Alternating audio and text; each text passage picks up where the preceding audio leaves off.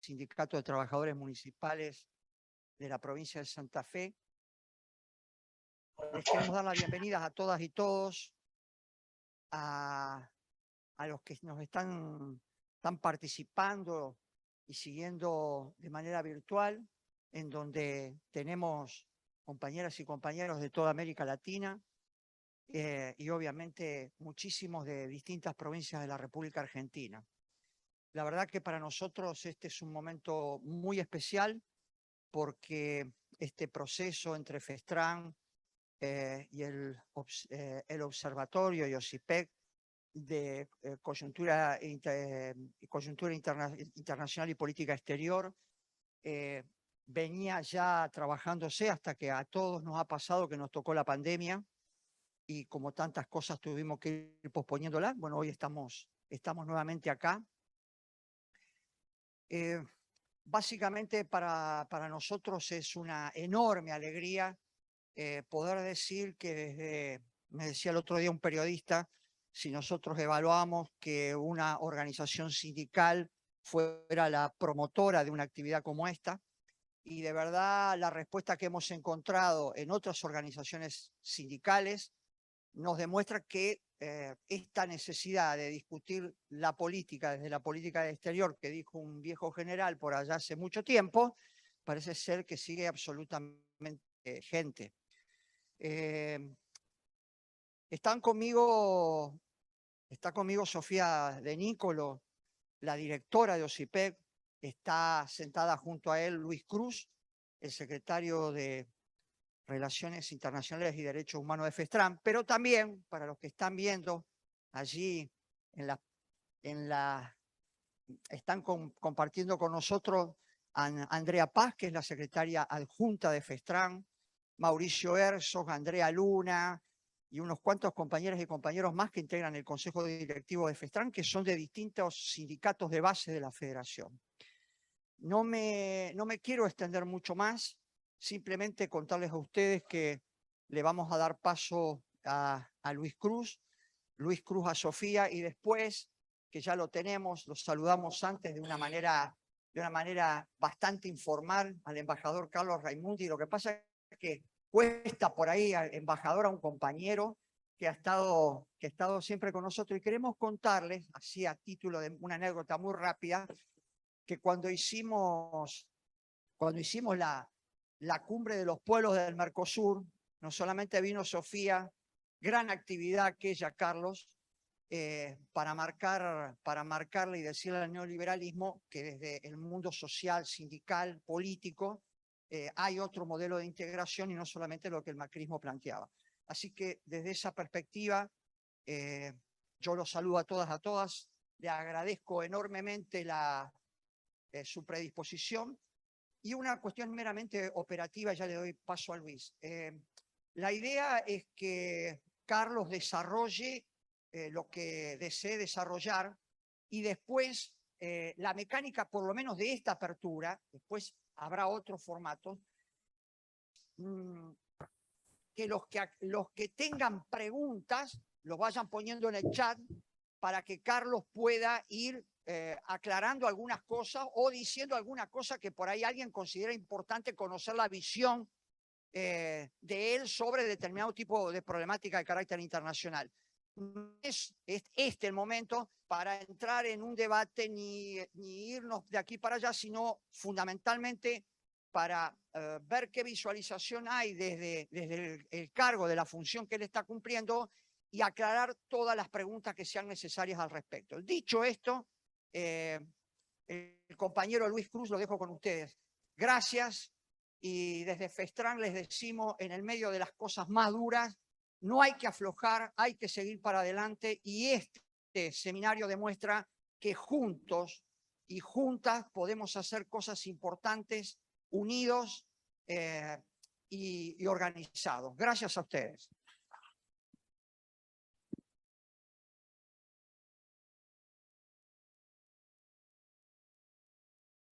Buenas tardes a todos y todas. La verdad que es lindo encontrarnos en un momento como este, en el inicio de de un seminario, el inicio de algo importante para la federación. Comentarles que FESTRAN, para los que no conocen, FESTRAN es una organización que nuclea más de 45.000 trabajadores de toda la provincia de Santa Fe. Son compañeros representados en 43 sindicatos de base. Esta federación, si bien tiene historia de lucha, también tiene historia de discutir, de pensar la política, de pensar en lo que viene. Nosotros hoy con el secretario general, el que me toca representar hoy, compañero Jesús Ignacio Monzón, del cual le traigo el saludo a todos y todas, no pudo estar por motivos personales, está la compañera secretaria adjunta Andrea Paz. Pensamos la capacitación y seminario y un montón de actividades que vamos desarrollando como una etapa de formación para los dirigentes, para los trabajadores, para la sociedad en conjunto que quiera acompañar este tipo de actividades. La verdad que nosotros desde FESTRAN, que es un lugar abierto a un montón de organizaciones que trabajan con nosotros, acompañamos también otras actividades, pensamos de que discutir la realidad del día a día, discutir la economía como discutimos, también tiene que tener un poquito de contenido, discutir el porqué de la realidad que nosotros estamos atravesando como trabajadores y trabajadoras. Esa realidad que no es solo atada a la de un dirigente nacional o provincial o municipal, sino a un montón de cuestiones que hacen a la política económica nacional, política social y también internacional. Para eso, hoy damos inicio a esta serie de seminarios con OSIPEX, con la compañera acá, directora Sofía De Nicolo, con el compañero Carlos Raimundi, embajador de argentino ante la OEA, al que le doy la bienvenida también a FESTRAN. Compañeros, espero que podamos estar conectados, que podamos discutir y pensemos en lo que viene como un frente unido de todos los trabajadores y trabajadoras. Gracias.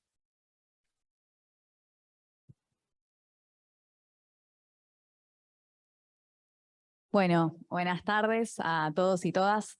Ya me presentaron, así que agradecer primero a todos, a ustedes que están acá y a los compañeros y compañeras que están conectados desde el Zoom, no solamente desde distintos puntos de esta provincia, sino de todo el país y de Latinoamérica. Así que estamos teniendo como un seminario internacional organizado, bueno, con ustedes, con FESTRAN y desde el observatorio. Primero eso, agradecerle sobre todo a Carlos, que ahora no lo veo, no sé dónde está, pero que es también el que siempre nos insistió y nos motivó a poder armar este hecho político y también este hecho que representa muchos años de trabajo, que hoy hablábamos un poco eso con Andrea, bueno, con las dos Andreas, con Luis, con Carlos, de que este hecho no es solo, digamos, este hecho aislado, sino que hay todo un recorrido y todo un trabajo de muchos años. Recién Carlos nombraba, bueno, la contracumbre que hicimos allá por 2019, digamos, cuando los gobiernos neoliberales estaban juntos en Buenos Aires teniendo la cumbre del Mercosur. Nosotros hicimos nuestra contracumbre acá, donde también estuvo Carlos, con quien compartimos ese viaje. Y mencionar eso también, me parece que Carlos Raimundi, además de ser nuestro embajador, que es un orgullo nacional, que nos está representando en un lugar tan hostil como es la Organización de Estados Americanos, es un compañero y a mí me alegra siempre cruzarme con él y compartir espacios, y es también, cabe destacar, un gran maestro para todos y los que hacemos, los que somos parte del observatorio. Es para nosotros y para nosotras un gran maestro, no solamente, como le decimos, un pensador nacional, sino también un cuadro político dirigente que siempre nos está ayudando a marcar el camino. Y a mí me gustaría ser muy breve porque estamos acá para escucharlo principalmente a él, pero yo les quería contar un poco, para quienes no nos conocen, qué es el observatorio o por qué los IPEX se propone hacer este encuentro, esta charla y encarar este trabajo en conjunto con FESTRAN.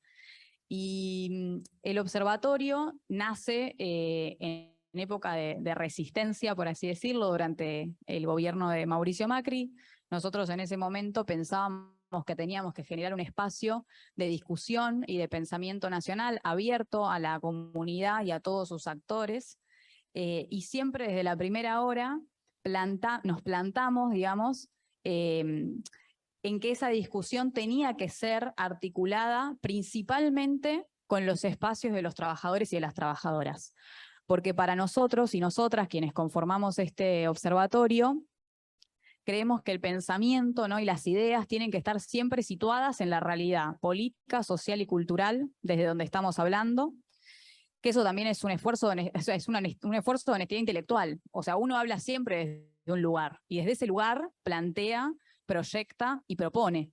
Y para nosotros y nosotras, ese lugar es siempre del lado del interés de la nación y del interés de los trabajadores y trabajadoras.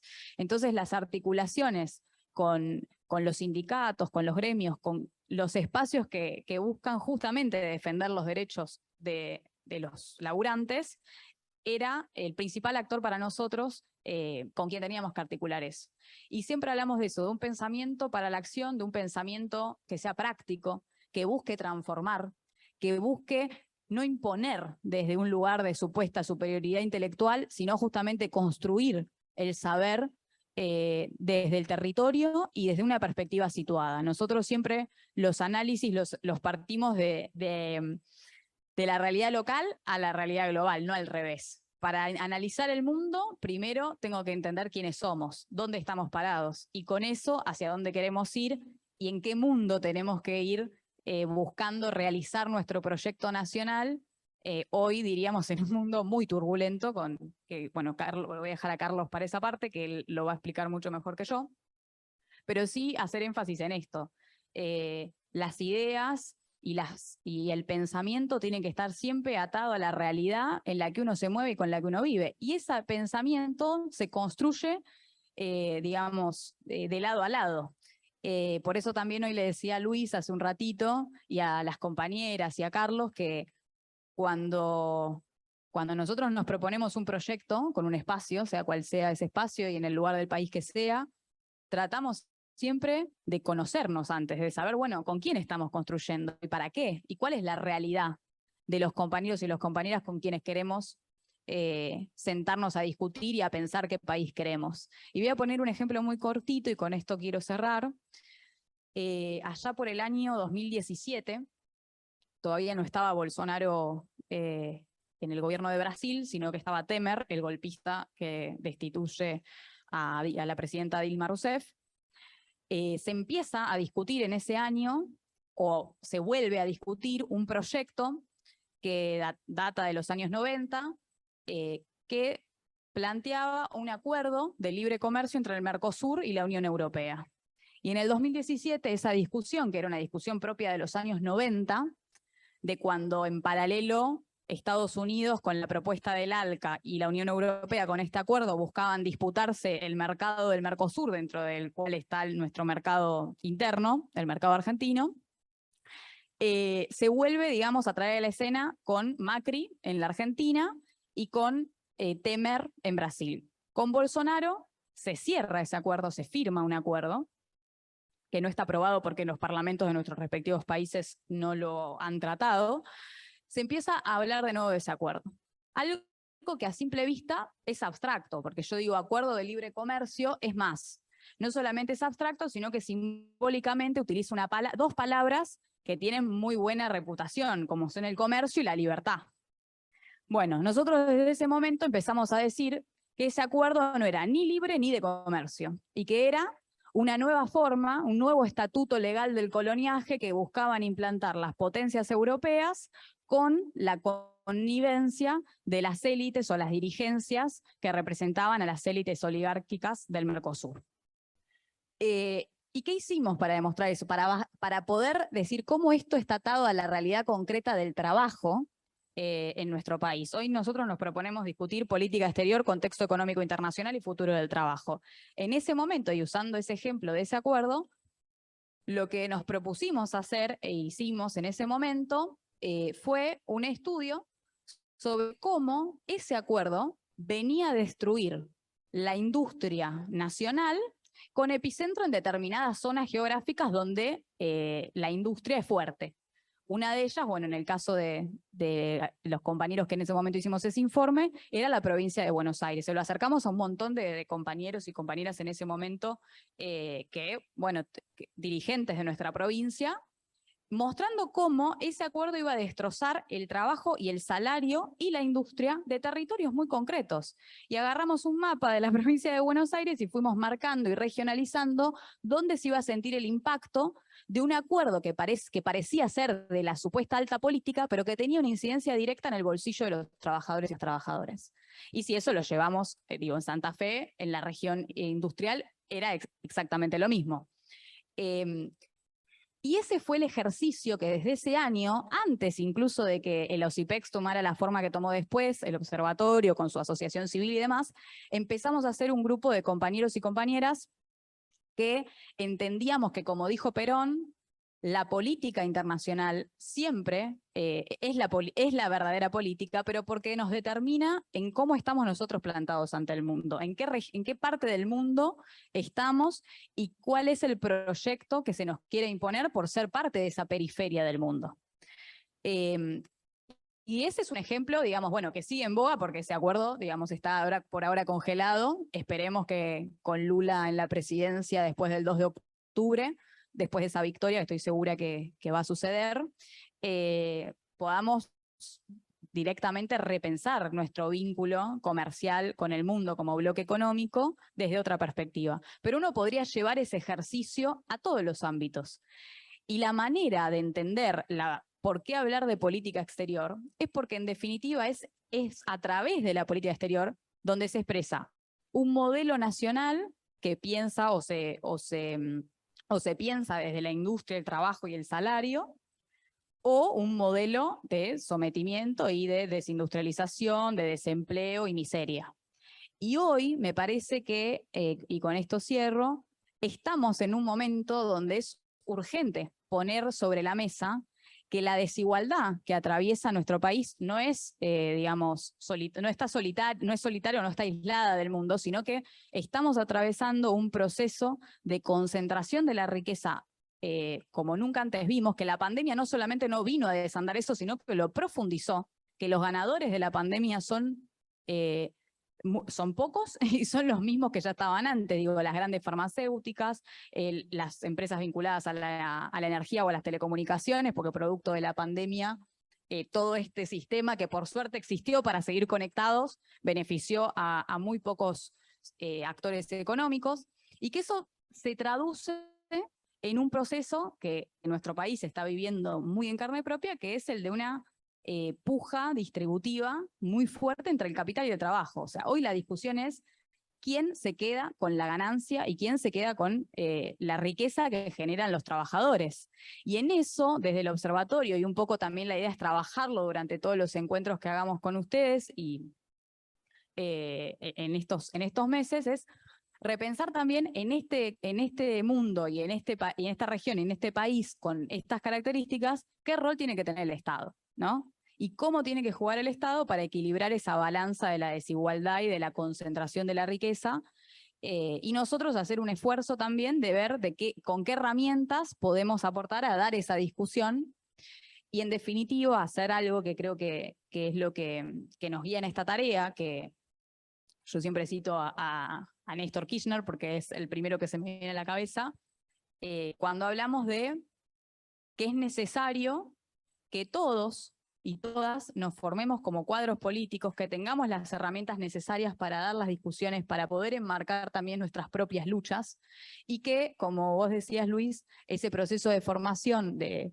los dirigentes, de los cuadros sindicales, también tenga, digamos, un espacio de discusión y de formación política, y poder, digamos, desde ese lugar generar las herramientas que necesitamos para dar las luchas que hoy tenemos por delante. Así que desde nuestro lugar es un aprendizaje a cada lugar que vamos, y de cada lugar que vamos nos llevamos un aprendizaje también para complejizar la mirada, porque también tenemos otro desafío que es el de construir un verdadero federalismo en donde la identidad nacional, el proyecto nacional sea representativo de las realidades de los territorios y de los gobiernos locales o de las luchas locales, en este caso. Y en esa tarea, digo, estos encuentros también nos sirven muchísimo a quienes buscamos ser interpelados por las realidades y no llevar nuestras verdades a los territorios, sino construir las verdades entre las complejas situaciones que tenemos en nuestro país y que son muy diversas. Así que no me quiero extender más, ya me extendí bastante más de lo que quería, pero agradecerles por la invitación, por el espacio y también por la escucha, digo, porque hoy tuvimos la oportunidad de conversar con muchos de ustedes y de intercambiar, y la idea es seguir profundizando eso y contribuir y estar a disposición para lo que necesiten desde FESTAM. Así que nada, un orgullo estar acá y agradecerles de nuevo, y ahora sí le dejo la palabra a Carlos, que es el que nos va a dar sus sabidurías. Gracias.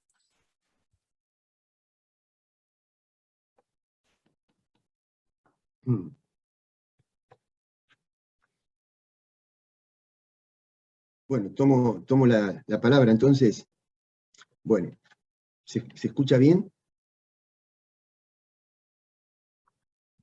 No te escuchamos, Carlos, ¿eh? Yo los ¿Vos nos escucho. escuchás bien a nosotros? Sí, perfecto. ¿Ustedes? No te estamos escuchando. Hola, hola. Yo también escucho bien, ¿eh? Desde el Zoom se escucha bien. Sí, entonces un problema de la sala. Perfecto, te estamos escuchando, Carlos. Ahora sí. Ahora, muy bien. Bueno, gracias. bueno. Adelante, Carlos. Bueno, queridas compañeras y queridos compañeros, muchísimas gracias, muchísimas gracias. Saludar al querido compañero Carlos Bornia, saludar al compañero Luis Cruz y saludar a todos los IPEX a través de mi afectuoso saludo a Sofía de Nicolo. Y agradecerles muchísimo porque es una manera de permitirme estar más cerca de la Argentina. Miren, a pesar de que todas las informaciones, todas las noticias, todas las comunicaciones que yo tengo con el país nos, digamos, dan cuenta de la situación que se está viviendo en la Argentina, no tengan ninguna duda de que yo anhelaría muchísimo más estar en la Argentina que estar aquí. A pesar de todo, luchando codo a codo por todo lo que hay que hacer. Una pequeña nota sobre algo que dijo Sofía, que quiero hacerlo como un paréntesis inicial,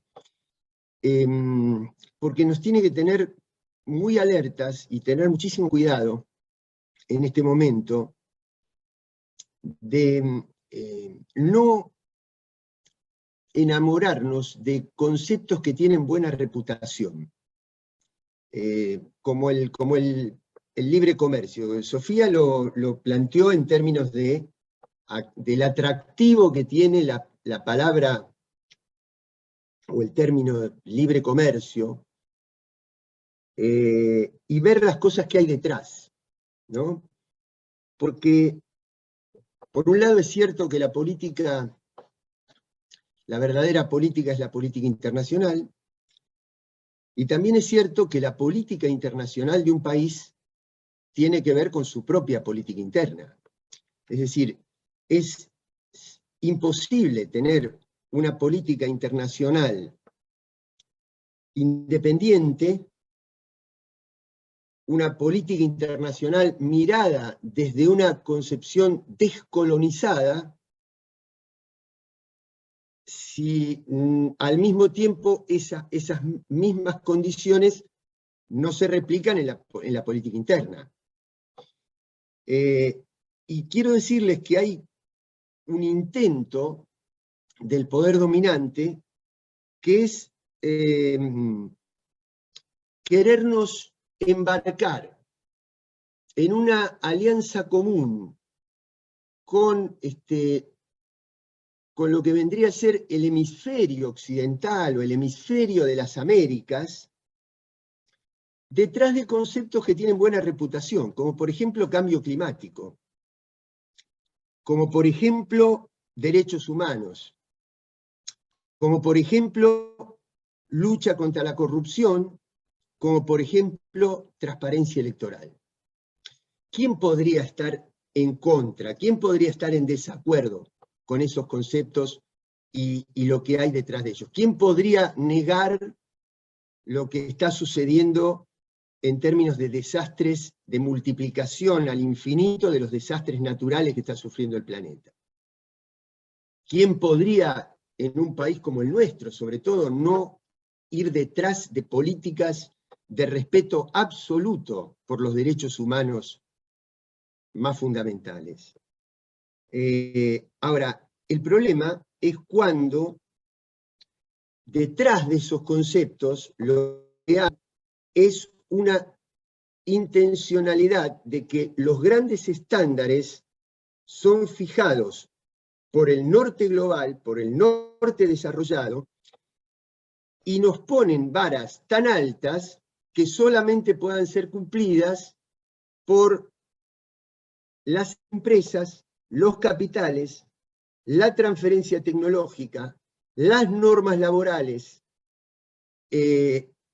establecidas por el norte. Es decir, que no nos hagan pagar una especie de tercer precio. El primer precio es el precio que estamos pagando con el planeta, porque todo el planeta sufre por igual las consecuencias, pero no todos tenemos la misma responsabilidad en la contaminación del planeta. El segundo precio histórico que pagamos fue cuando dejaron de usar los países desarrollados determinadas tecnologías por obsoletas y nos las transfirieron a los países de la periferia. Y no vaya a ser ahora que detrás de un objetivo loable como es luchar por el medio ambiente y por preservar la naturaleza, lo que hagamos es, en lugar de achicar la brecha que nos aleja del mundo desarrollado, agrandarla, porque para cumplir esos estándares necesitamos una nueva transferencia de recursos del sur global al norte industrializado. Y con los derechos humanos pasa algo parecido, porque muchas veces los organismos internacionales de derechos humanos utilizan denuncias hechas por lo que está de moda ahora, que es llamarse organizaciones de la sociedad civil, que son organizaciones que están financiadas por las grandes fundaciones, básicamente del país donde a mí me toca vivir en este momento, para desestabilizar procesos nacionales y populares.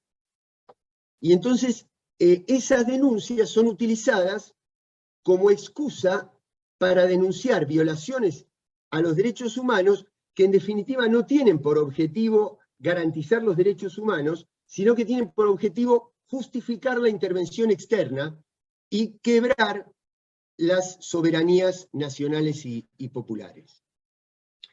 Hay que tener mucho cuidado con todas estas cosas. Antes de cerrar este paréntesis inicial, yo hablé del hemisferio occidental o de las Américas. Lo dije expresamente porque es la terminología que se trata de utilizar desde el liderazgo intelectual del poder financiero globalizado, que es tratar de identificarnos con el resto de las Américas como si fuéramos un todo de valores compartidos. Y la verdad que es cierto que compartimos indudablemente algunos valores que tienen que ver con libertades, que tienen que ver con derechos, que tienen que ver con normas constitucionales, y que no estamos dispuestos a renunciar a eso. Pero al mismo tiempo hay otros valores que son muy profundos y que no los compartimos. Nosotros creo que no compartimos que tenga que tener la población civil la libertad de portar armas con absoluta discrecionalidad y que luego se produzcan las masacres que se han producido en este país donde a mí me toca vivir. Tampoco compartimos que para imponer un determinado modelo político o un determinado sistema electoral o lo que sea, haya que desplegar más de 850 bases militares por el mundo. ¿no? Es decir, hay valores que son muy profundos, que no solamente que no los compartimos, sino que estamos en las antípodas, y por lo tanto, no hay un solo hemisferio. El concepto de las Américas es un concepto geográfico, pero en términos políticos, nosotros compartimos valores con países emergentes, con países periféricos, que pueden o no estar en este hemisferio, que desde luego el primer círculo de relaciones internacionales es la región, pero que no necesariamente nos llevan a compartir la idea de que todas las Américas tenemos que formar parte de un todo homogéneo de valores compartidos.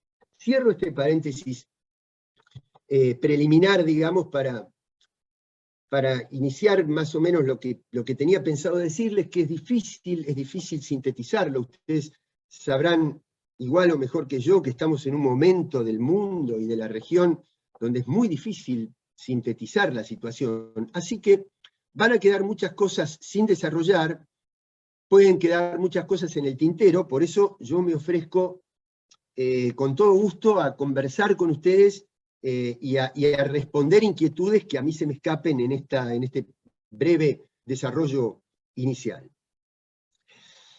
Yo creo que si uno, así, a primera intención, nos preguntáramos entre nosotros cuál es el fenómeno más importante en este momento de la humanidad, probablemente, digamos, lo primero que se nos viene a la mente, por una cuestión de publicidad, de contacto diario y de información diaria, es la guerra, es el conflicto en Ucrania. El conflicto entre dos estados, que son la Federación Rusa y Ucrania. Y yo creo que eso es verdaderamente lo que en este momento está generando más impacto. Pero creo que por debajo de eso, lo que hay es algo más profundo, más dilatado en el tiempo, más estructural, que es la reconfiguración del orden internacional. Es decir, que nosotros estamos asistiendo a una etapa de transición en el mundo, de un orden unipolar. Uno anhelaría de hablar de un orden multipolar, uno anhelaría que un bloque sudamericano o latinoamericano, si permaneciera en México esta mirada latinoamericanista del gobierno actual, un bloque latinoamericano se convirtiera en uno de esos grandes bloques de poder. Por ahora no lo es, por ahora estamos camino hacia una bipolaridad con un proceso multipolar en construcción, ¿no? Pero no hay una transición directa entre la unipolaridad y la multipolaridad. No veo. Europa podría haber sido en un momento un polo, pero está claro que no lo es. Europa lamentablemente está pagando las consecuencias de haber decidido subordinarse prácticamente categóricamente a la estrategia de la OTAN, gobernada diría por los Estados Unidos, pero más por el capital financiero globalizado, que si no ha sucumbido después de la parálisis de la pandemia, es porque el freno a la actividad industrial de la pandemia fue compensado con la suba de las acciones de los grandes laboratorios y de los grandes servidores de la tecnología digital, a los cuales recién también se refería Sofía. Entonces, ¿qué significa esto de una nueva configuración del mundo que está en construcción, que está en transición? Bueno, significa la pérdida de áreas de influencia, tanto económicas como políticas, de lo que hasta este momento era la potencia dominante. Yo quiero quiero sí aclarar aquí, porque esto está siendo grabado, y me parece muy bien, que yo no estoy aquí hablando como funcionario, es decir, lo que yo estoy diciendo no representa al Estado argentino, de tal manera que nada de lo que yo diga pueda ser utilizado por otro país como que desde el Estado argentino estamos tratando de ingerir o intervenir en la política interna de otro país, de la misma manera que no nos gusta que nadie se meta con la política interior soberana de nuestro país. Yo estoy hablando como militante, como, si ustedes quieren, académico de las relaciones internacionales, pero fundamentalmente como compañero de ustedes en un acto tan importante como este.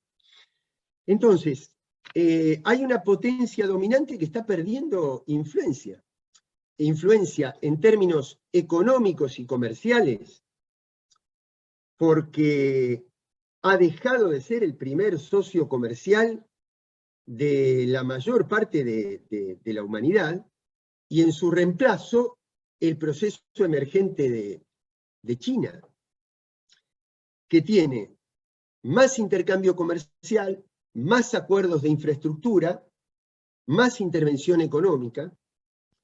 Indudablemente hay una pérdida de influencia política.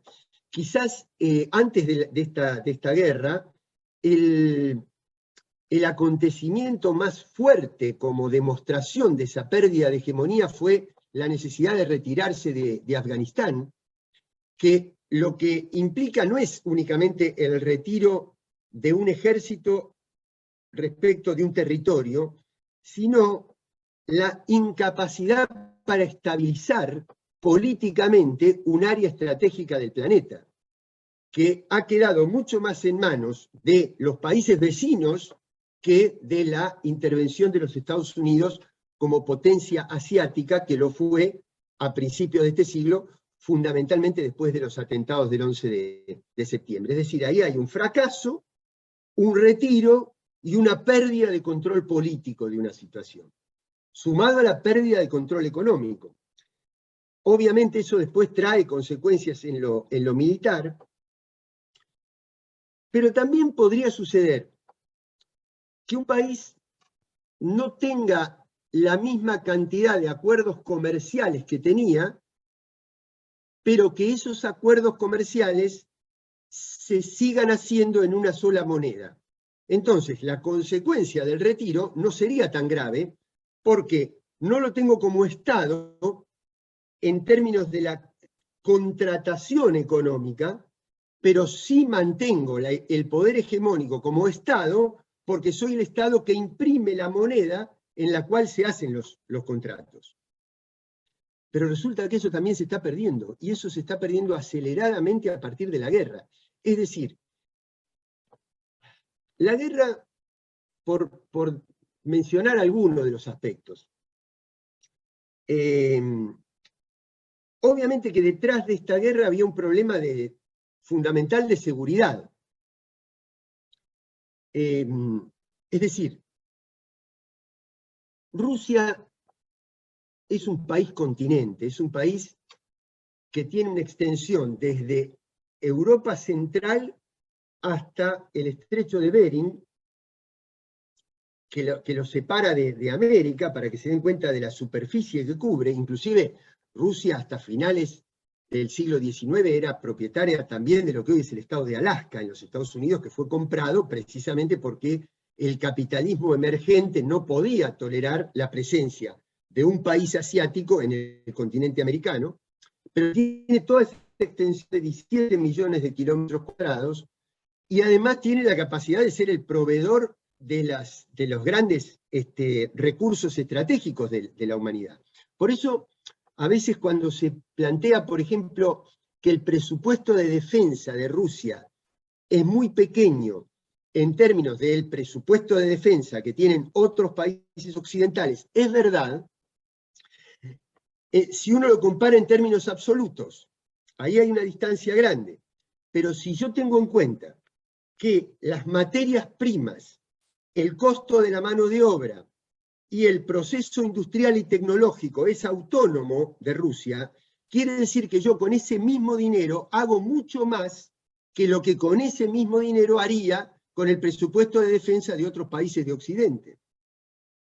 Entonces ahí la relación se achica. Pero bueno, esto no era el tema. Y ustedes me dirán después si algo de esto no se entendió, si es necesario explicarlo mejor, porque probablemente yo no tenga toda esa capacidad.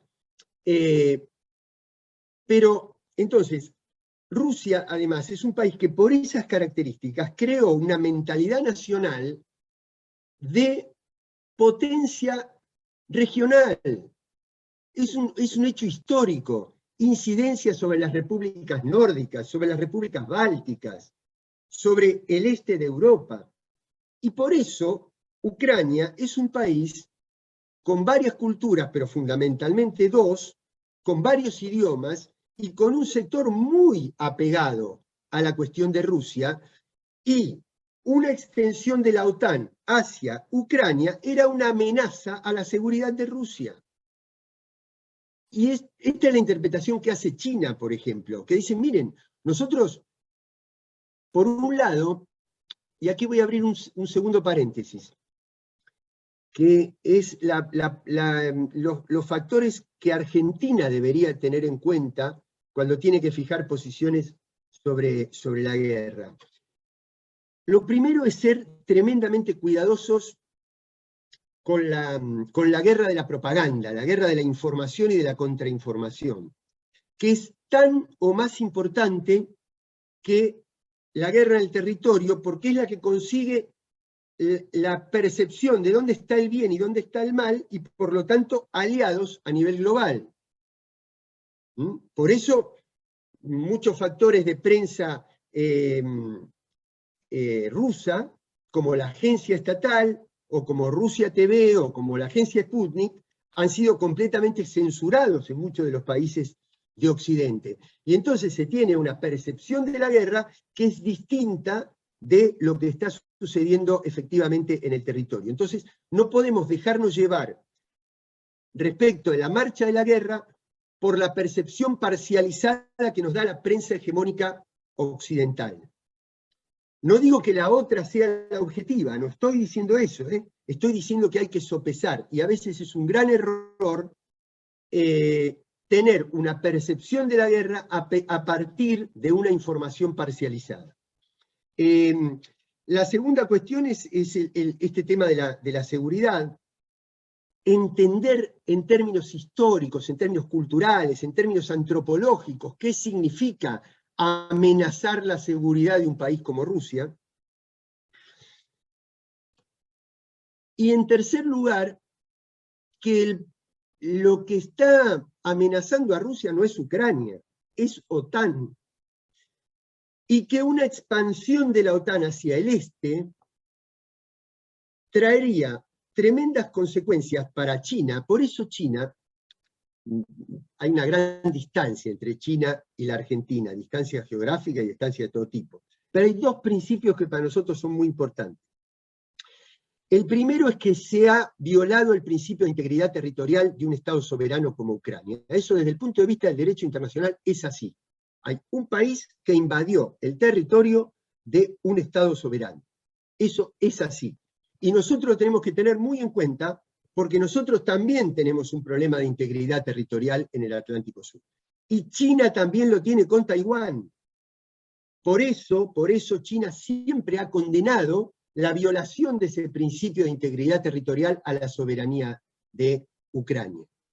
Pero al mismo tiempo, si una de las partes del conflicto es la OTAN, China tiene la amenaza del acuerdo que hizo la OTAN a través de Estados Unidos, Reino Unido, Australia y Nueva Zelanda, para poder acceder a los problemas que tiene y al control del mar septentrional de la China y a determinados, en alianza con Japón, para tratar de acorazar, digamos, la expansión de China hacia el Pacífico. Y nosotros tenemos ese mismo problema en el Atlántico Sur, con una base de la OTAN instalada en Malvinas. Por eso que no se trata únicamente de la condena de un país agresor, sino que es mucho más complejo que eso.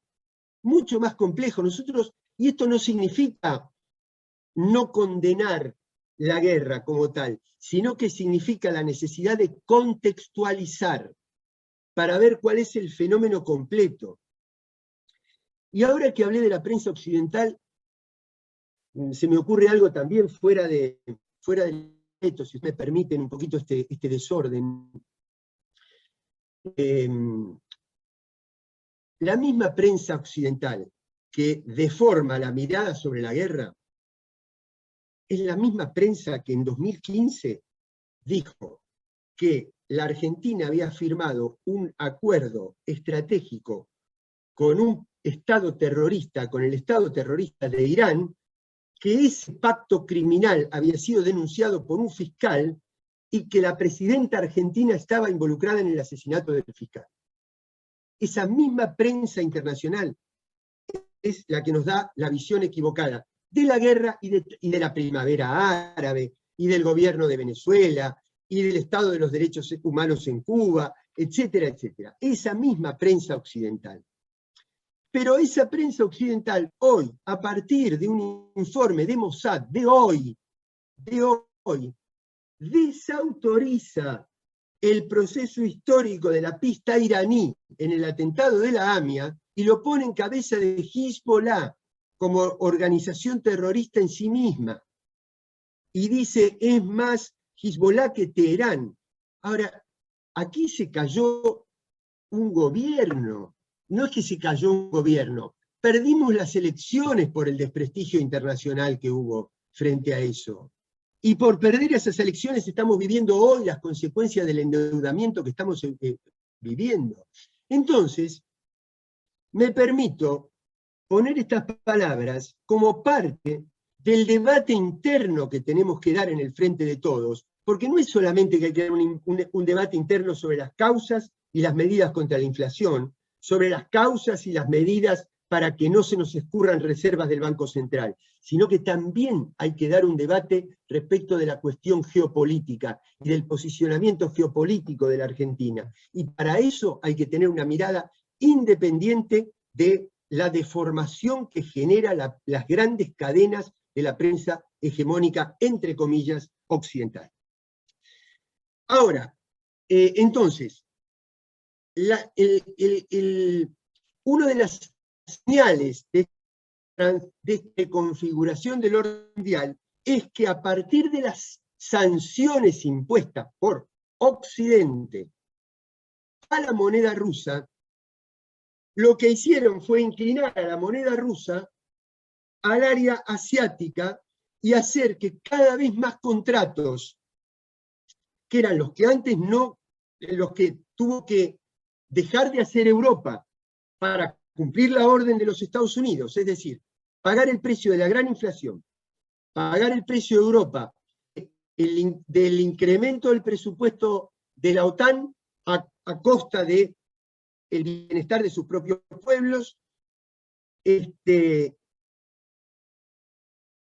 y pagar el precio de las sanciones a Rusia y de la caída de los títulos de empresas rusas para que el Estado ruso compre a más bajo precio las acciones de esas empresas, las reestatizara y reemplazara al comprador europeo con compradores de Medio Oriente, compradores asiáticos. Y ampliar el área del rublo y el renminbi y el yuan a expensas del área dólar. Entonces, no es solamente que Estados Unidos está perdiendo capacidad de influencia en términos de cantidad de acuerdos comerciales, sino en algo que es mucho más determinante, que es en qué moneda van a hacer esos comerciales. Y esto lleva, indudablemente, a la creación de nuevas instituciones económicas. La seda, Banco de Inversión en Infraestructura Asiático y los BRICS son simplemente la expresión de un nuevo sistema de instituciones económicas multilaterales que están expresando esa nueva bipolaridad, camino a una nueva multipolaridad en ciernes en el mundo. Sería imposible afrontar esta cantidad de declives que está mostrando Europa como quizá la primera gran perdedora de esta guerra, y que esto no se exprese en crisis políticas de los sistemas políticos europeos. Caída del gobierno de Italia, caída del gobierno del Reino Unido, una expresión ínfimamente minoritaria de Macron en el Parlamento francés, a pesar de que pudo salvar la presidencia. Bueno, y así sucesivamente. Esta reconfiguración también tiene algo muy fuertes, es decir, hasta hace poco tiempo atrás, hasta hace, no sé, se me ocurre entre 5 o 6 años atrás, Turquía, que había peleado durante mucho tiempo por ingresar a la OTAN y que finalmente consiguió ingresar a la OTAN, y para ingresar a la OTAN tuvo que dar testimonio de su pertenencia al sistema de valores, al sistema comercial, al sistema de la Europa tradicional. Hoy acaba de hacer una reunión cumbre con el presidente y con el presidente ruso, estabilizar Medio Oriente. Y la India, yo recuerdo cuando hubo una visita de Trump a la India y se reúne con el presidente Modi, dice, se reunieron las 2 más grandes democracias liberales del mundo. Hoy, India, ese papel en el área Índico-Pacífico lo juega, pero ya no lo juega India. Tiene 1.100 millones de habitantes y que tiene una producción y un ecosistema económico propio y una capacidad de influencia sobre el área tanto de Medio Oriente como Pacífico fundamental. Todas estas son señales que quien no las quiera ver y que crea que aquí hay una guerra fría donde la Argentina lo que tiene que hacer es pertenecer al mundo libre, porque del otro lado están las dictaduras que violan los derechos humanos, me parece que sería un tremendo e imperdonable error de parte de, si hubiera, no digo que los haya, algún funcionario de la Argentina que crea que lo que tenemos que hacer es mantener ese alineamiento. Porque además, ¿qué cosas definen una democracia? Estas son otras de las cosas que están en discusión. ¿Qué define una democracia? ¿Qué define una democracia? ¿Un sistema electoral? Mire, yo estoy viviendo, me toca vivir en un país donde no en esta última elección,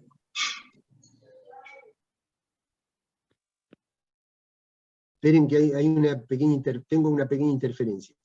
No en esta última elección, sino en la anterior, entre Trump y Clinton, y Hillary Clinton, la candidata Hillary Clinton obtuvo 3 millones de votos más que Trump. Pero sin embargo el presidente fue Trump. Y nadie dice que no sea un sistema electoral soberano. Ahora, ustedes imagínense en la Argentina si podría ser presidente una persona que tuvo 3 millones de votos menos que la que no lo es. Bueno, pero bueno, igual, la Argentina tampoco es un dechado de virtudes, ¿no? Pero ¿es eso? Miren, hay países que quizás no tienen un cuarto oscuro donde hay pluralidad de listas y de boletas electorales, pero tampoco hace falta tener 500 millones de dólares para ser candidato. No sé si eso es un signo de democracia. Yo lo que sí sé es que tengo que respetar la soberanía de ese país. Pero como sé que respetar la soberanía del país, le tengo que exigir que este país también tiene que respetar la soberanía de los países que como construcción histórica y social han decidido otro modelo de representación política. Y que desde ese otro modelo de representación política han conseguido en los últimos 20 años sacar a 500 millones de seres humanos de la pobreza extrema, como China. Es decir, votar con un sistema electoral demoliberal no es una demanda del pueblo chino, y por lo tanto yo la tengo que respetar soberanamente, y no tengo que decir que de un lado están las democracias y del otro lado están las dictaduras, lisa y llanamente porque es mentira. Porque no es así. Porque ni eso es un modelo de dictadura, ni esto es un modelo de democracia. Y porque si hay cosas que perfeccionar, las tenemos que hacer a través de la colaboración internacional, no del injerencismo, no del intervencionismo, y no de las sanciones y de los bloqueos. Voy terminando con América Latina. Porque yo hay algo, compañeras y compañeros, es decir, primero, los sueños intactos, los ideales, los valores intactos, pero partamos de un diagnóstico correcto. Porque si partimos de un diagnóstico incorrecto, los sueños toman un camino irrealizable y nosotros necesitamos que los sueños se realicen, se organicen, disputen la conducción del Estado, obtengan la conducción del Estado y desde allí generen las transformaciones. Es decir, la movilización y la resistencia es una etapa del proceso de lucha popular, pero las transformaciones se hacen a partir del gobierno popular, del poder popular. Entonces yo lo que no quiero es tener una visión cuasi romántica o cuasi idílica del proceso latinoamericano. ¿Que estamos contentos con algunos resultados electorales? Claro, estamos contentos. Yo no tengo duda que hay diferencia entre cómo se configura el aparato del Estado de un gobierno de Boric en Chile, a pesar de que no quiero decir con esto que coincidamos en todo. Estoy diciendo hay estructura estatal distinta que la herencia del pinochetismo, que se expresaba con la derecha chilena. ¿Cómo no voy a preferir un gobierno de Gustavo Petro? Ahora, ustedes piensen por un minuto una cosa. ¿Cuánto le cuesta? Miren, después no tengo los datos más recientes, pero después de los atentados a las torres, durante todo el primer tramo del siglo XXI, inclusive con los gobiernos populares en nuestra región, Estados Unidos tenía el personal militar y diplomático distribuido en el mundo, y el primer destino era Bagdad, el segundo era Colombia. Para que se den una idea del rol de Colombia en nuestra región. Bueno, no crean que perder el control sobre el gobierno de Colombia es algo que los que tuvieron el control hasta ahora lo van a perdonar fácilmente. No lo van a perdonar fácilmente, no lo van a tolerar fácilmente. Por un minuto piénsense Petro, que cada uno de ustedes es Petro, subiendo las escaleras del Palacio de Gobierno. Y se encuentran con una estructura de poder absolutamente colonizada en términos económicos, en términos culturales, en términos militares. Súmenle lo paramilitar, súmenle el poder económico privado y súmenle el poder del narcotráfico. No va a ser sencillo, no va a ser sencillo. Una cosa es escuchar a Francia Márquez y enamorarse de Francia Márquez y darle todo el apoyo, y otra cosa es creer que eso por sí mismo va a definir la marcha y el rumbo de un gobierno en esas condiciones. Todos sabemos por quién sentimos simpatía en las próximas elecciones de Brasil. Pero el vicepresidente de Brasil, el Michel Temer de Dilma Rousseff, va a ser Gerardo Alckmin, ex gobernador del estado de San Pablo, confesamente un líder de la derecha brasileña, además de haber sido competidor del PT en todas las últimas elecciones. Entonces, ¿qué es lo que ha hecho el lawfare? ¿Qué es lo que ha hecho el poder? Es tratar de proscribir a los líderes populares, y si no pueden proscribir a los líderes populares, y no los pueden sustraer de esa posición de liderazgo, crear tanto escarnio público en la sociedad, tanto rechazo, que no les permitan conseguir la mayoría absoluta. Es decir, son los más representativos, pero no suficientemente representativo de las mayorías absolutas en la estrategia de desgaste, en la estrategia de colonización cultural. Y entonces, ¿qué tienen que hacer? Alianzas de centro, alianzas con sectores más moderados. Y a partir de esas alianzas con sectores más moderados, se puede correr un riesgo. Es decir, ¿dónde está la comida?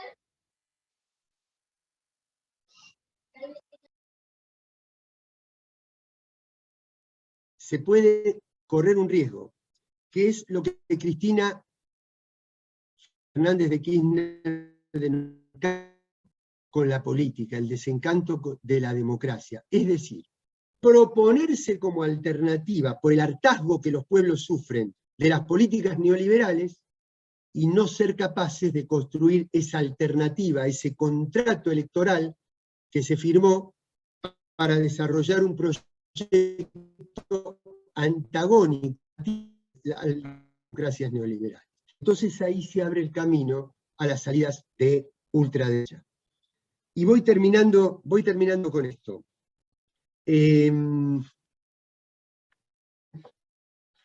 Yo creo que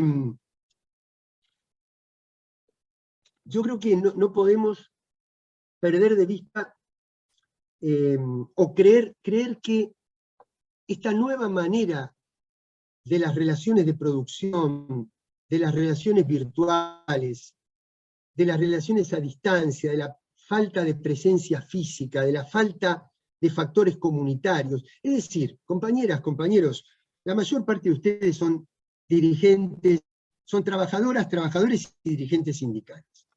Yo les voy a explicar a ustedes lo que es. Pero cuando había un sindicato por rama de actividad, había una empresa, y había una federación, y había una sola confederación, no solo me refiero a la Argentina, sino en el mundo, había un sentimiento comunitario muy distinto a cuando la empresa terciariza un área de servicio, terciariza la otra área, genera el teletrabajo, se asocia o se fusiona, o se divide, o se relocaliza. ¿Todo eso para qué sirve? Para quebrar esos lazos comunitarios. La cultura de las nuevas tecnologías y de los nuevos materiales, que es la cultura de lo desechable. ¿Ustedes creen que cuando uno se relaciona con las cosas desde el uso y tiro, esa relación con los bienes tangibles no se da en algún punto a la forma como uno procesa las relaciones interpersonales? Que todo tiene que ser de corto plazo, que todo tiene que ser el impacto, que todo tiene que ser la reacción. Entonces hay todo un contexto de ruptura de los lazos comunitarios y de prevalencia de los mensajes de odio, de la reacción, del rechazo a la reflexión, al sentimiento colectivo, a la solidaridad, a los valores. Entonces, el gran desafío a un mundo que hoy nos está mostrando lo peor de lo peor como salida. Porque lo peor de lo peor es lo peor del fascismo en términos de sectarismo, de xenofobia, de misoginia, de todo lo que ustedes crean. Y lo peor del neoliberalismo en términos de pérdida de soberanía estatal sobre los resortes estratégicos de la economía. Quiere decir que lo que está en juego es la caotización de la sociedad para reclamar un nuevo orden con altas características neofascistoides, pero esta vez no conducidas por el Estado, sino conducidas por los grandes conglomerados privados y económicos, que han llevado al mundo, que están llevando a la peor de las sinrazones, a la y a la multiplicación de nuevas fortunas personales, que son tan elevadas que no les alcanzaría la vida ni a la persona que la gestó, ni a la persona ni a toda su descendencia para gastar ese dinero. Nosotros estamos llegando a la locura, a la irracionalidad, de que hace poco tiempo hubo una subasta de una obra de arte internacional, donde el gran patrimonio de la principal fortuna que ganó la subasta era tener la exclusividad, porque esa obra de arte tenía un dispositivo que se autodestruía después de unos contados minutos que la persona lo había ganado. Es decir, se acaba de editar un ejemplar único de un disco de Bob Dylan, exclusivamente para ser subastado, para que una sola superfortuna en el mundo tuviera el privilegio de obtenerlo. Irracional, frenético, incomprensible. Bueno, a eso nos está llevando este sistema. Y en paralelo a la catástrofe universal de la naturaleza. ¿Gracias a qué? Gracias a estas instituciones que nos han gobernado hasta ahora. Por eso, y termino con esto, el nuevo orden, ese orden con más polos de poder, por lo menos un nuevo polo de poder, tiene que, por eso, y tomo de nuevo palabras de Cristina. Ustedes vieron que Cristina dice, no hay duda de que hay mecanismos del capitalismo que gobiernan todos los sistemas en el mundo, pero no es lo mismo gobernar de un corazón que nos lleva a esta locura que desde un control estatal que nos lleva a diseñar un modelo de organización público-privado de toda la sociedad. No es lo mismo. Entonces, esta reconfiguración nos tiene que llevar a recuperar y a resaltar el valor de la palabra estatalidad. El Estado como administración de lo universal, como administración de lo público. Por eso tanto objetivo en decir que el Estado es un desastre. Porque si lográramos la unión del pueblo con el Estado, del pueblo con la política, lograríamos una cohesión, una alianza social, un bloque de poder social que sería indestructible. Por eso hay que destruirlo. Por eso hay que destruir los lazos comunitarios. Por eso hay que destruir la capacidad de movilización del pueblo como sujeto. Porque cuando el pueblo se moviliza, recupera su condición de sujeto. Estos son los desafíos, compañeros. Actualización de la tercera posición. Para negociar con autonomía de decisión los grandes bloques de poder que se están disputando el mundo. Recuperar el manejo de los recursos naturales, de la propiedad como función social, del Estado como administrador de esos recursos en nombre del pueblo soberano, en nombre de la felicidad del pueblo, Constitución del año 49. En definitiva, como más que nunca, la comunidad organizada, eso que nos ha definido siempre a la Argentina, y yo lo digo aún sin provenir en mis orígenes de esa afiliación, pero lo que caracterizó a la Argentina, que la hizo una sociedad cohesionada, homogénea, de clase media, no con tanta disparidad social, a pesar de que ahora estamos retrocediendo en ese sentido, fue el peronismo. En definitiva, eso es lo que necesitamos reconstituir para podernos relacionar con este mundo tan inestable, donde la comprensión de lo internacional es la comprensión de la política profunda que desarrollar. Gracias, compañeras y compañeros, y quedo a disposición.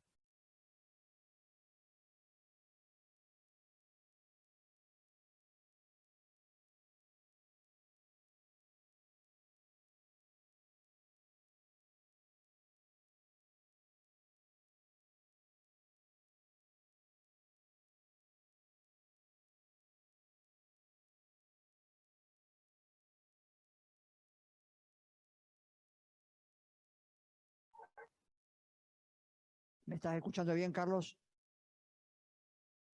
Bien, estamos ahí ahora.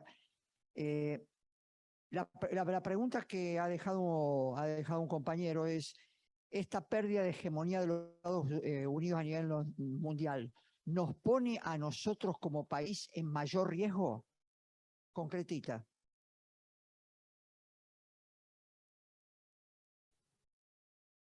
Mira, yo creo que la respuesta, no sé por qué, pero me parece sencilla. Me parece que la situación es compleja. pero la respuesta es sencilla. Depende de la política que desarrollemos. Si nosotros persistimos en una política de dependencia del bloque tradicional, y sí, claro que nos pone en riesgo porque nos lleva al mismo desplome que hemos sufrido cada vez que hemos decidido, o que se decidió en la Argentina, seguir el curso de la política hegemónica. Si nosotros hacemos una política contrahegemónica y de autonomía, no debería por qué ponernos en riesgo. Voy a poner un ejemplo. Digo, en este momento de alta inflación de dos grandes campos de la economía mundial, que es el de la energía y el de los alimentos. Lo de la energía vamos a dejarlo porque Argentina tiene un potencial energético muy grande, pero todavía con algunas obras pendientes de falta de implementación que demoran, digamos, esa perspectiva. Pero, ¿qué más quisiera un país? Es decir, cuando aumentan los precios internacionales de lo que un país importa, ese país sufre. Ahora, ¿cómo puede ser que cuando aumentan los precios internacionales de lo que un país exporta, ese país sufra? Es incomprensible. Mejor dicho, debería ser incomprensible. ¿Por qué sufrimos si de las cosas que nosotros más ricas es la que el mundo en este momento más necesita y los precios están más altos que nunca? Porque el problema no es la inflación internacional, el problema es la apropiación de la renta. Si hay apropiación popular de la renta, el pueblo disfruta de las consecuencias de la elevación de los precios internacionales de nuestra exportación. Si hay políticas dependientes, uno sufre igual que el que importa. ¿Por qué? Porque la renta va a los monopolios. Entonces, la respuesta es muy sencilla. Si nosotros intervenimos sobre esa política y tenemos políticas de desconexión con el proceso de pérdida de hegemonía, una oportunidad. Si nosotros vamos al ritmo de la pérdida de hegemonía, vamos a perder hegemonía, pero con el agravante de que cuando se desploma el norte, se desploma desde el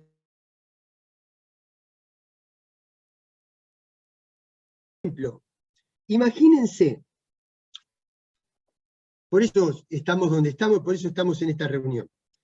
La Argentina primero reestructuró su deuda privada, canceló su deuda con los organismos internacionales, estoy hablando del kirchnerismo. Le dijo que no al ALCA y recuperó los fondos provisionales.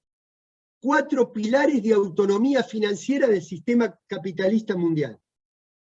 ¿Qué hubiera pasado si no se hubieran tomado esas medidas a partir de la crisis de 2008? Nos hubiéramos desplomado igual que se desplomó la economía mundial. ¿Por qué no nos desplomamos? Porque habíamos llevado adelante la teoría de la desconexión, la política de la desconexión, el desacople de la política internacional a la política interna, es decir, desarrollo de una política.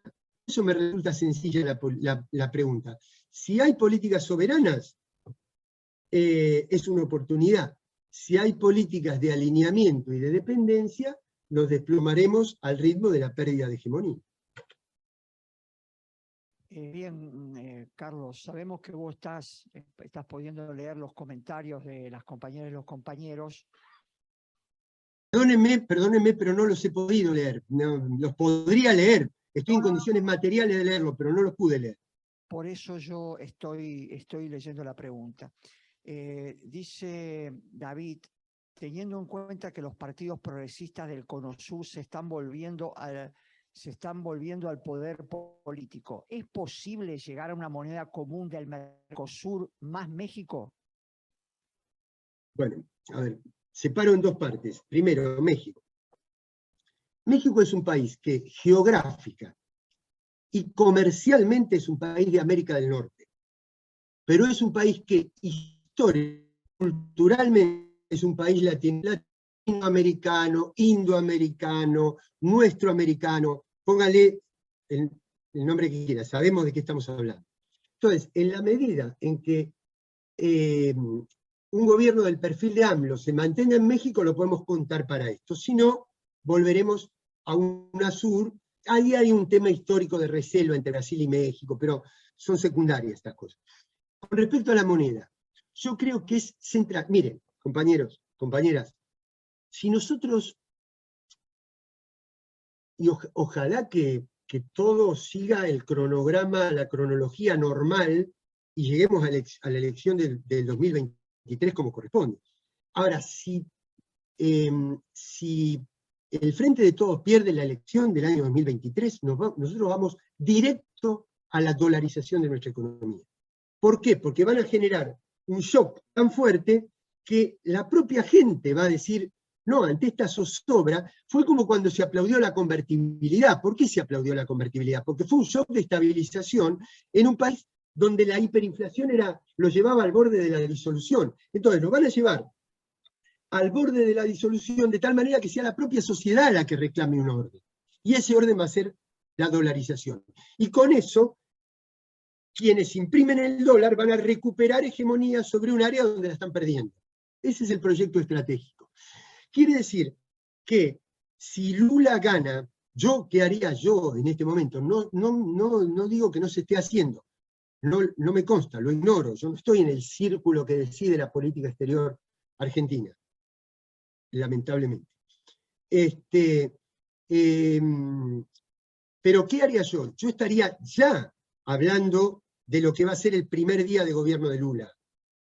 Lula gana la elección en noviembre y el planteo no es el peso pierde reserva de valor y se va al dólar, sino es América del Sur construye su moneda regional. Tiene que ser el eje central. Y cuando uno construye una nueva moneda, construye una moneda y una nueva financiera, que es el proyecto pendiente del Banco del Sur. Así que la respuesta es categórica, absoluta. Tiene que ser un eje de campaña de ya no solamente de Lula, sino del Comité Lula presidente en Argentina y de la política interior de la Argentina. Ahí el profesor Sixto Miguel Paz nos plantea una pregunta interesante. ¿La actualización de la tercera posición debe incluir la democratización de los sindicatos? No me quiero meter en eso. Esta es una cosa donde uno, primero, ¿qué les voy a decir? Yo no puedo hacer eso, compañeras. La verdadera democracia del sindicato es que eso lo decidan ustedes, no yo. Ahora, ¿de qué hablamos cuando hablamos de democratización sindical? Porque yo también en mis orígenes de militancia universitaria, que los sindicatos estaban gobernados por burócratas, y cuando fui conociendo todo eso, empecé a tener muchísimo más respeto por los procesos electorales de los sindicatos, por los dirigentes sindicales, etcétera, etcétera. Pero yo no estoy, y mucho menos en una respuesta corta. Si hubiera una tormenta de ideas, una reunión de grupo, una comisión, una discusión en comisión, me animaría a decir algunas cosas. Pero yo no me animo a responder eso, primero porque tenemos que poner de acuerdo en qué significa democratización sindical, ¿no? Porque la unidad sindical, la cohesión sindical siempre fue un patrimonio de la Argentina. Entonces yo lo que creo es que no podemos caer en ningún proceso que bajo la idea de la democratización implique una demoliberalización, esa esencia de unidad y de cohesión, que es la que lo convierte en un factor de poder de lucha contra el capital. De lucha contra el capital. Porque lo central en un país, una de las cosas centrales, para mí, la condición de gobierno popular es cuando yo tengo toda la masa del sistema económico, tengo una parte que va dirigida y que está controlada por el capital, y una parte que va a la masa salarial, al trabajo y a los derechos populares. Si yo logré durante ese tiempo mover el eje de gravedad en favor del área sindical, eso es una de las señales para ver si hubo o no un gobierno popular. Ahora, para dar esa disputa hay que tener sindicatos muy fuertes. Entonces yo lo que no quiero es caer en ninguna trampa que nos lleve a perder fortaleza en la capacidad de negociación sindical, en la disputa de clase que hay que dar. Y lo digo asumiendo los riesgos de esa palabra. No la estoy diciendo en términos de teoría marxista, lo estoy diciendo en términos de lucha por los derechos populares frente a los monopolios concentrados.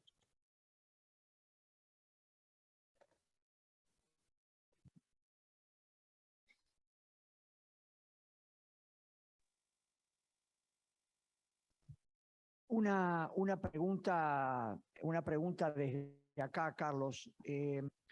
Entendiendo el lugar desde donde vos estás, pero parecería importante conocer si en este nuevo contexto que se está dando, parte del Departamento de Estado de los Estados Unidos, del gobierno norteamericano, observas que hay cambios, líneas políticas de acción diferentes, adaptándose a las nuevas realidades con respecto a América Latina. Definitivamente no. Pero no porque no hubiera, quizás hubo alguna intención de hacerlo. Quizás hubo alguna intención. Pero aquí una primera que fue estabilizar a la sociedad, es decir, el principal cambio de una gestión a otra de gobierno de este país fue la estabilización del clima en el que vivía la sociedad, que era un clima de alta polarización, de una lucha tremenda, y creo que eso se bajó. Ahí se nota una diferencia. Pero después vino todo este proceso de declive, de hegemonía, y después viene esta guerra, que si la guerra sigue, yo creo que la guerra debería terminarse a partir de lo antes posible, primero por una cuestión humanitaria, primero por una cuestión, por todas las consecuencias humanas que conlleva una guerra, que van mucho más allá del momento en que se produce el cese del fuego, mucho más allá. Ahora,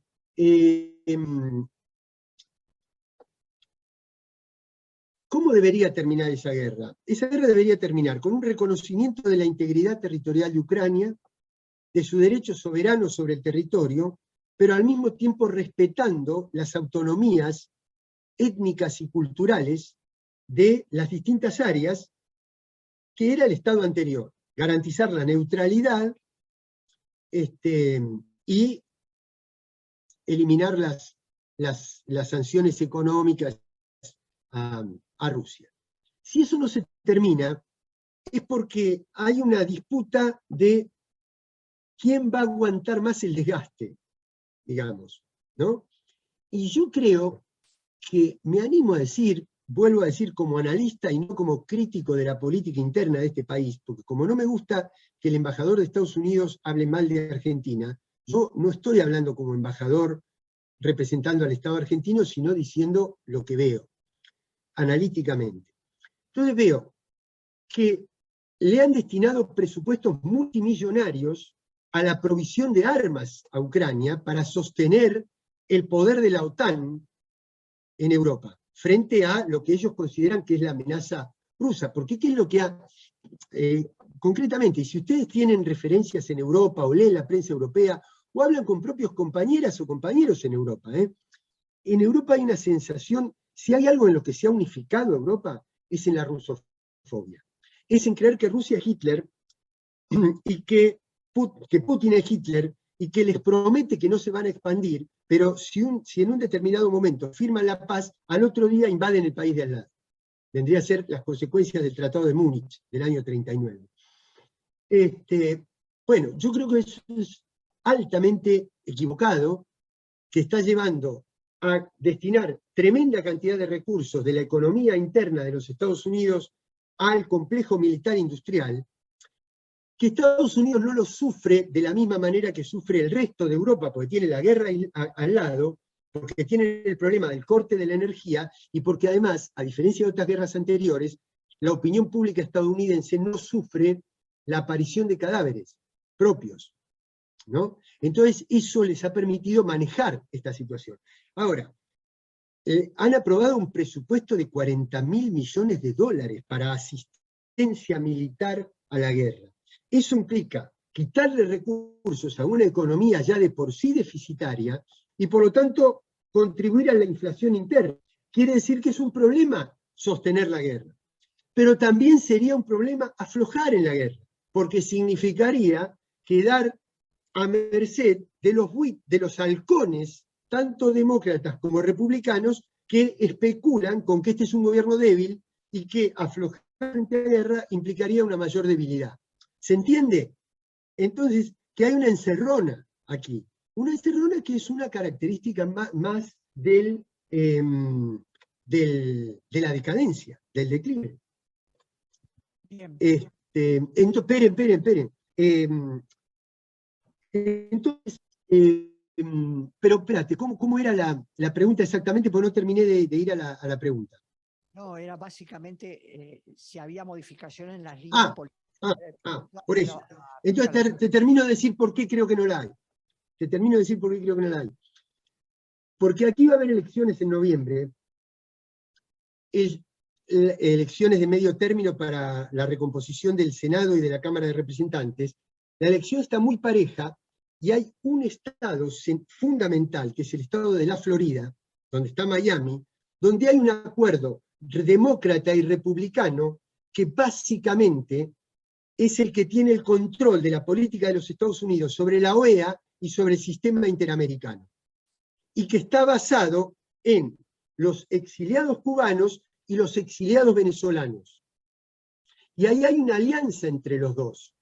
Y eso es decir, si alguien desde el Departamento de Estado de Washington intentara modificar esa situación política, sería aprovechado en el estado de la Florida para desequilibrar completamente y ganar ese estado. Entonces ninguno de los dos partidos quiere tocar demasiado este sistema. Ahora, y ahí viene una pregunta sobre Venezuela. La voy a empalmar con esto. Miren, este es un país que con el 4.5% de la población mundial consume como mínimo un cuarto de la energía total que consume la humanidad, para que se den una idea. Hasta hace pocos años, las grandes empresas multinacionales eran las que se encargaban de la importación del petróleo venezolano, que más o menos un tercio de ese petróleo, por las condiciones de las refinerías, por la distancia de los fletes y por costos internos, era altamente conveniente para los Estados Unidos importar petróleo de Venezuela que importarlo de otras áreas del planeta. Hasta que llega Chávez. Y Chávez dice, voy a cambiar la ecuación de esa renta. Y la renta multinacional para el Estado venezolano. Esta es la causa de las sanciones, del aislamiento, etcétera, etcétera. Pero resulta que ahora la guerra corta el suministro, cambia la relación entre proveedores y consumidores de energía, y Estados Unidos vuelve a necesitar el petróleo de la región. Y entonces tiene que volver a dialogar con Maduro. Y entonces no sé en qué categoría van a poner a Juan Guaidó ahora, que era el presidente o sea, los Estados Unidos reconocen un presidente de un país, pero negocian el petróleo de otro país con alguien que no reconocen como gobierno. Son todas signos del deterioro cultural, del deterioro de una cultura que ya no tiene cómo sostenerse, porque estaba sostenido en principios que tenían pie de barro. Ese es el contexto que creo que estamos viviendo. Por eso, creer que nosotros, siendo dóciles a esas culturas y a esas organizaciones financieras que fueron las que nos llevaron a esta situación, es como vamos a salir de nuestra situación, yo lo considero un grave error, si es que eso es lo que se está pensando en la política argentina. Vamos terminando con las preguntas. Argentina acaba de pedir entrar a los BRICS y el BRICS está estudiando una moneda común. ¿Podría ser la salida al biomonetarismo que aflige a nuestro país? Aflige, Sí, perdón. yo creo que más o menos esta pregunta está respondida a lo largo de todo lo que fui planteando. Ahora, ahí en los BRICS hay categorías también, porque cuando a Brasil lo invitan a principios de siglo, durante el gobierno de Lula, a integrarse a los BRICS, Brasil va, tal es así que Brasil, aún con el gobierno anterior, es uno de los que se oponía a una mayor cercanía de la Argentina a los BRICS, porque Brasil tenía la expectativa de representar a toda la región en los BRICS, de ser el vocero de toda la región. ¿Por qué? Porque los BRICS eran una especie de escalón de países, un segundo escalón debajo del G7. Estamos hablando de hace 20 años. Pero resulta que después se da cuenta que cuando vos te comparás con lo que significa Rusia, con lo que significa la India o con lo que significa China, Brasil termina siendo pequeño. Brasil es grande en América, pero Brasil es chico en los BRICS. Entonces hay que integrar a toda América Latina. Ahora, ahí hay que ver, porque China en algunos aspectos se comporta como país emergente,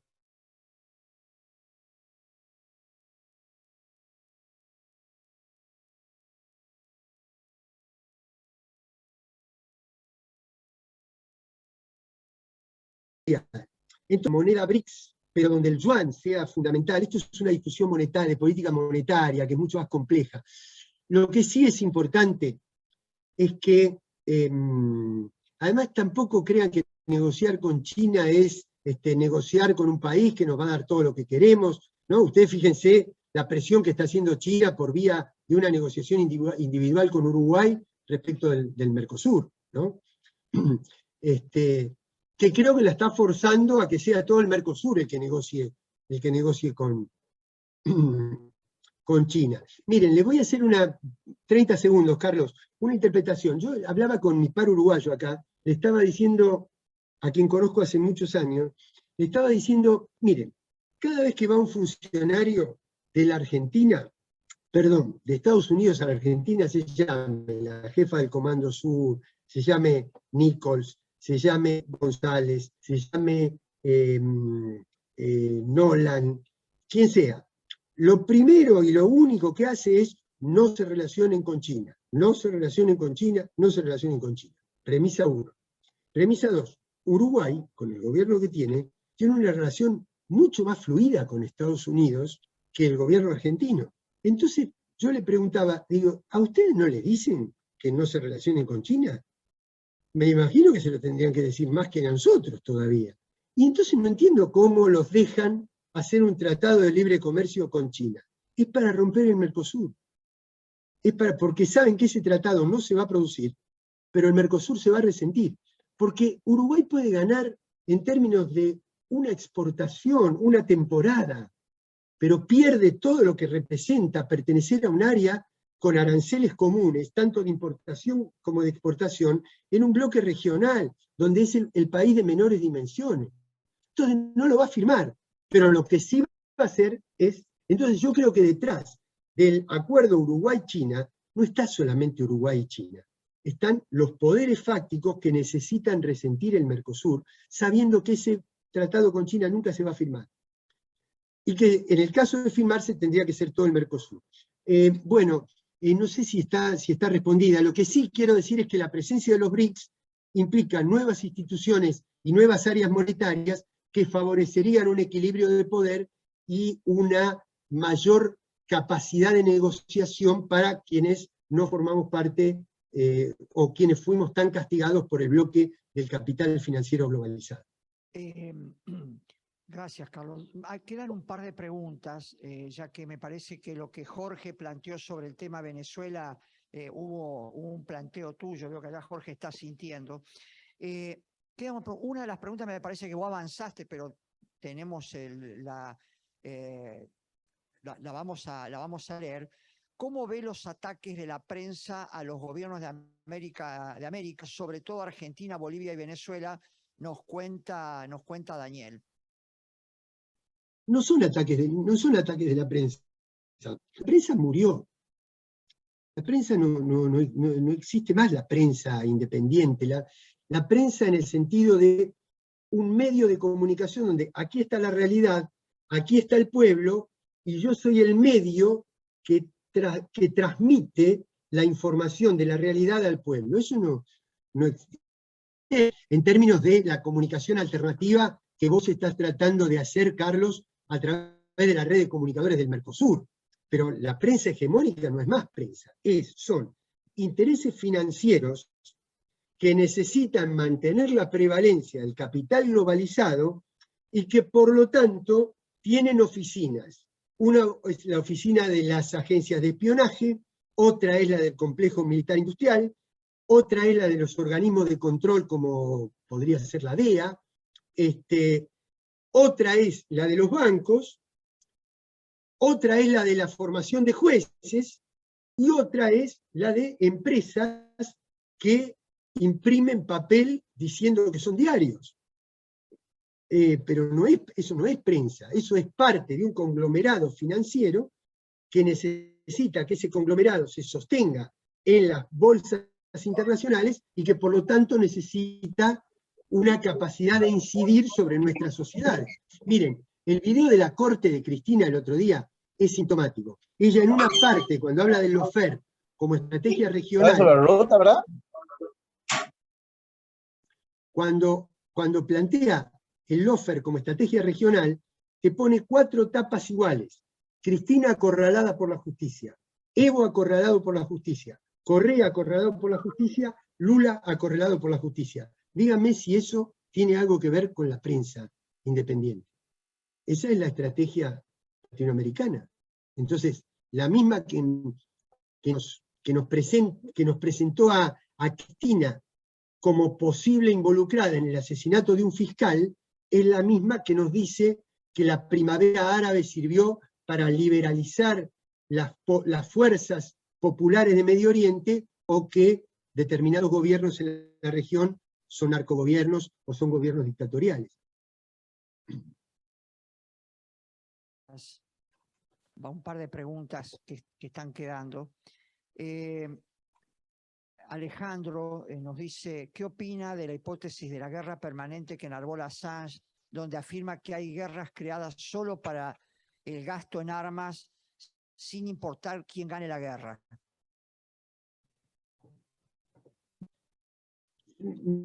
Iba a decir que estaba completamente de acuerdo con las preguntas hasta el final, que yo creo que sí importa quién gane la guerra, no es indiferente quién gane la guerra, no es lo mismo, porque ahí está la gran diferencia de lo que plantea Cristina como dilema en este momento de la humanidad, que son los dos modelos de gobernanza Cristina dice, hay capitalismo en todo el mundo, lo que estamos discutiendo es el modelo de gobernanza del capitalismo, el Estado o las corporaciones.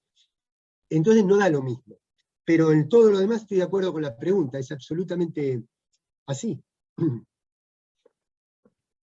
Es la guerra híbrida, prolongada, permanente, que es la que no tiene momento de principio ni momento de final, la que no tiene un territorio determinado, por eso también se juegan las conciencias y en el territorio de las redes, en todos los lugares, en todos los espacios y en todos los tiempos y en todos los teatros, todo el espacio y todo el tiempo es el nuevo teatro de operaciones de la guerra híbrida moderna. Bien, vamos terminando con esta pregunta. Desde el comienzo del gobierno del Frente de Todos se notó que existían distintas posiciones entre la Cancillería, primero Consolar, luego Cafiero, y la posición que usted sostiene en la OEA. ¿Cuáles creen que sean las causas por las cuales desde el Palacio San Martín se han tomado desde un primer momento posiciones ambiguas, como condenar a Nicaragua, Venezuela, y adoptar posiciones históricamente contrarias a lo que expresó el peronismo kirchnerista en política exterior, y cierra en paréntesis, y que usted ha sabido mantener en la OEA, cierre de paréntesis? Miren, yo creo que hay cosas planteadas ya en la pregunta. Así que solamente me voy a limitar a decir que, que me parece que es la misma situación que se da al interior del Frente de Todos, en otras áreas, como la economía, como el área de comunicación, como el área de comunicación. Por ejemplo, pensaba, no me quiero meter en lo que no me corresponde, pero pensaba como ciudadano. Nosotros tenemos un gran problema que tiene que ver más con las expectativas que con la realidad económica o macroeconómica, que es la brecha con el dólar ilegal. ¿Dónde se vende el dólar ilegal? Digo, si el dólar es ilegal, el lugar donde se provee el dólar ilegal es un lugar ilegal. Es decir, es un lugar donde se está cometiendo un delito. Entonces, ¿cómo la autoridad estatal no cierra las cuevas? No entiendo. No entiendo cómo uno va caminando por la calle y lo instan a cometer un delito. Cada 10 metros en la calle Florida, instan a cometer un delito.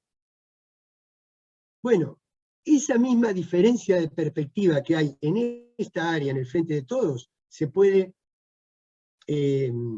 extender a otras áreas como las que señala la pregunta.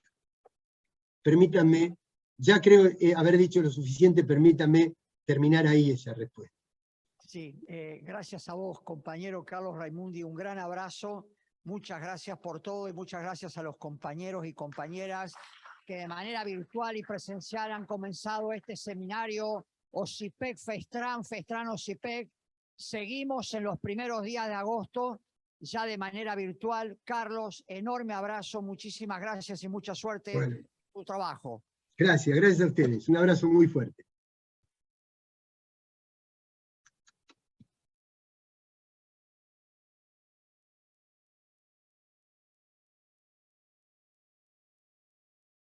Buenas noches a todos, muchas gracias. Comenzamos a